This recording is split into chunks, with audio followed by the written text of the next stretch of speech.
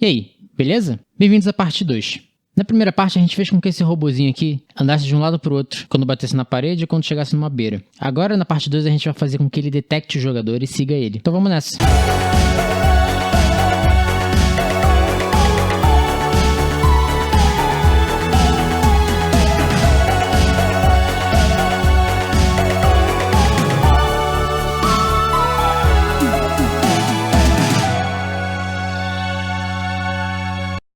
Muito bem, antes da gente seguir em frente, a gente precisa cuidar da animação. Então eu aqui já tenho uma animação para o robô, e aqui no Animator eu configurei uma variável velocidade, aqui nos parâmetros, pode ser alterada. Então aqui eu tenho uma animação de inimigo idle e inimigo andando, que são alteradas de acordo com essa variável velocidade. Então tudo que a gente precisa, na verdade, é simplesmente mudar essa variável. Então voltando aqui para o inimigo robô, eu vou abrir aqui o inimigo IA que a gente criou na última aula, e lá em cima no onEnable, além dessas variáveis aqui, eu vou adicionar uma nova, que vai ser o meu Animator, que é um getComponent do Animator aqui. Então assim como eu fiz com essa. Então tá criada a variável. Aqui em cima, uma coisa que eu até esqueci de fazer com o controle 2D, é colocar o Require Components. Vou ter aqui o controle 2D e também vou colocar o Animator. Então eu coloquei aqui o Animator, e agora eu vou consertar um erro que eu fiz na última aula, que eu coloquei todo aquele código no Fixed Update, e não é tudo que é para ficar aqui no Fixed Update, é só mesmo o controle.movimento, aquele código para ficar no Update. Eu devo até ter mencionado Update e coloquei no Fixed Update sem querer. Então agora que a gente consertou isso, eu vou aqui depois no movimento horizontal, vou chamar o meu Animator, eu vou fazer um setFloat, o nome do meu parâmetro vai ser velocidade, e o valor vai ser o valor absoluto do meu rigid body. Então vai ser rb.velocity.x. Assim, se o x for negativo, ele funciona. Se for positivo, ele também funciona. Agora, quando você escrever esse match.abs, ele vai ficar assim, vermelho. E para isso você tem que colocar aqui em cima using system, que ele já funciona. Muito bem, isso aqui já deve ser suficiente. Então eu vou só dar uma olhada aqui no meu jogo. E a gente já deve ter animação para o nosso robozinho. Já tem agora, ele já está andando. Muito bem, podemos ver agora da aula. Então agora que a gente tem um robô patrulheiro, vamos fazer ele detectar e seguir o jogador. Primeiro, a gente precisa de um range de detecção. Eu vou criar isso aqui. Vai ser uma variável, serializedField, e vou chamar de range detectar. Certo? E aqui no fim da classe, eu vou criar uma nova funçãozinha, que vai se chamar onDrawGizmosSelected. Essa funçãozinha aqui, ela vai criar um gizmo. Um gizmo é um efeito visual de depuração. Ele serve para você ver alguma coisa que só aparece na janela da cena, mas não no jogo. O jogador não vê os gizmos. Lembra que os raycasts que criamos apareceram na cena, mas não no jogo? É exatamente a mesma coisa. Mas esse aparece até mesmo no editor, antes de você dar play. Então o que a gente vai fazer aqui com os gizmos vai ser primeiro selecionar uma cor, que aqui vai ser color.red. Quero que ele seja vermelho. E aí eu vou chamar um método do Gizmo chamado drawWireSphere, que vai desenhar uma esfera, mas só a parte das linhas da esfera. Esse drawWireSphere, ele recebe um vector 3, que é o centro, e um raio para essa esfera. Então o centro vai ser o transform.position, que é o centro do nosso robô, e o raio vai ser o nosso range detectar que eu acabei de criar. Portanto, se eu salvar esse código e voltar aqui para o Unity, eu agora tenho esse range detectar aqui. Então, se eu aumentar esse valor, você vai ver que agora tem um círculo que fica em volta do robô. Esse círculo representa o sistema de detecção dele. Então, se o jogador estiver dentro desse círculo, o robô vai começar a perseguir o jogador. Então, eu vou deixar ele mais ou menos tipo uns 3 assim. Acho que é grande o suficiente. Dá até pra você fazer algo muito mais complexo, botando o ângulo, por exemplo. Se você quiser fazer um jogo stealth, você coloca só um meio círculo que vai pra frente dele. Mas isso fica para um outro vídeo. Por agora, a gente vai fazer um sistema de detecção pro inimigo, que pega 360 graus. E primeiro, para não desperdiçar o inimigo que a gente já fez, que vai pra lá e pra cá, mas não realmente persegue o jogador, vamos criar um modo para esse inimigo. Como eu disse no primeiro vídeo, existem 2 modos bem comuns, que é o modo inseto. Então, esse modo atual é o modo inseto. Vamos criar um novo modo chamado zumbi. E o nome é zumbis, que ele persegue o jogador. Então, para isso, eu vou criar aqui novamente uma nova variável aqui, serializedField. Esse aqui vai ser um booleano, que vai se chamar modo zumbi. Por padrão, ele vai ser false.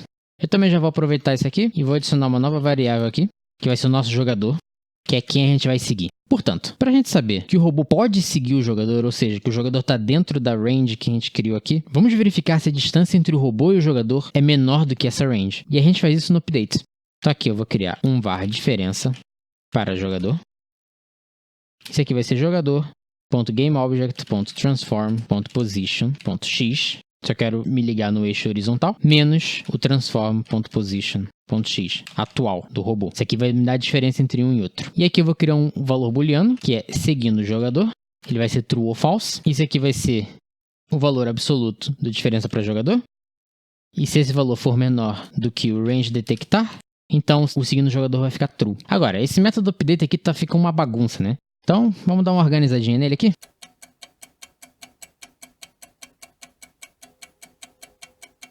Muito bem, depois de refatorar esses métodos aqui, eles ficaram em 4 métodos. Eu tenho aqui um aplica movimento, que são aquelas primeiras 2 linhas. Depois é um detecta jogador, que são essas 2 linhas que eu acabei de fazer. Depois temos o detecta parede e o detecta beira, que são aqueles raycasts que a gente criou para a parede e os raycasts para a beira. Isso é exatamente o mesmo código, eu não mudei nada, eles só estão separados em métodos diferentes. Agora temos 2 coisas para fazer. Primeiro, vamos fazer o robô seguir para a esquerda ou para a direita em direção ao jogador. No meu método de detectar jogador que eu criei, a gente faz assim. Se o modo zumbi for true, ou seja, ele vai seguir o jogador, e esse seguindo o jogador for também true, eu vou verificar a diferença para o jogador e vou ver se ela é menor do que 0. Se a diferença for menor do que 0, isso significa que o jogador está à esquerda do robô. Então, eu vou alterar o andando para a direita para menos 1. Então, portanto, no else vai ser a coisa contrária. O andando para a direita vai ser igual a 1, porque esse aqui vai ser positivo e significa que o jogador está à direita do robô, então ele tem que andar para a direita. Então, eu vou salvar esse código. Estou voltando para o Unity. Eu vou aqui passar o jogador aqui para o campo jogador que eu criei e vou ligar o modo zumbi. O que vai acontecer quando eu dar play é que o robô ele vai ficar andando de um lado para o outro, normalmente, como ele andava antes, mas agora, se eu entrar no círculo dele, ele agora está seguindo o Marvin. E se eu sair do círculo, ele volta a fazer a patrulha. Então vou deixar as coisas mais legais e colocar para ele pular caso ele veja uma parede, para ele não ficar preso que nem ele ficou ali. Então a primeira coisa que eu vou fazer é colocar uma variável booleana seguindo o jogador para ser uma variável de classe. Então essa variável aqui, seguindo o jogador, ela vai virar uma variável de classe. Então ela foi promovida aqui para cima, que agora temos seguindo o jogador com uma variável de classe.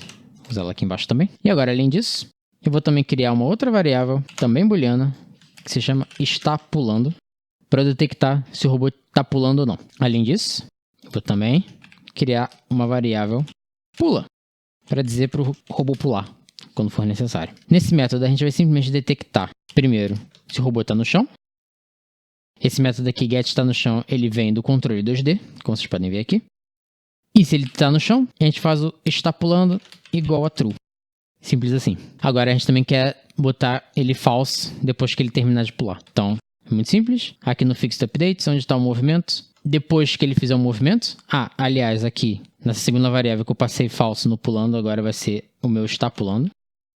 E aqui embaixo eu vou verificar se o está pulando é true. E se for, o está pulando vai ser igual a false. Agora a gente tem que chamar o pula que a gente acabou de criar. E a gente vai fazer isso no detecta parede e no detecta beira. Aqui no detecta parede, dentro dessa parte aqui, em que ele vê que o collider é diferente de null, eu vou adicionar um if.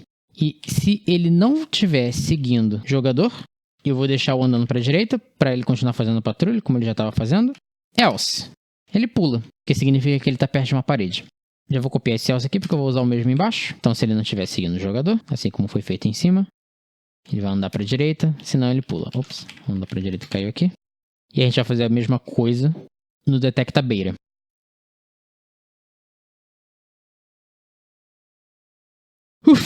Pronto. Vamos ver como é que isso aqui tá. Vou voltar aqui pro Unity, vou clicar em Play. Então, de novo, o robôzinho tá indo de um lado pro outro. Certo? Então, vou entrar agora no círculo dele, ele tá me seguindo agora. E ele pulou as beiras. Deixa eu ver aqui. Sair do círculo, calma aí.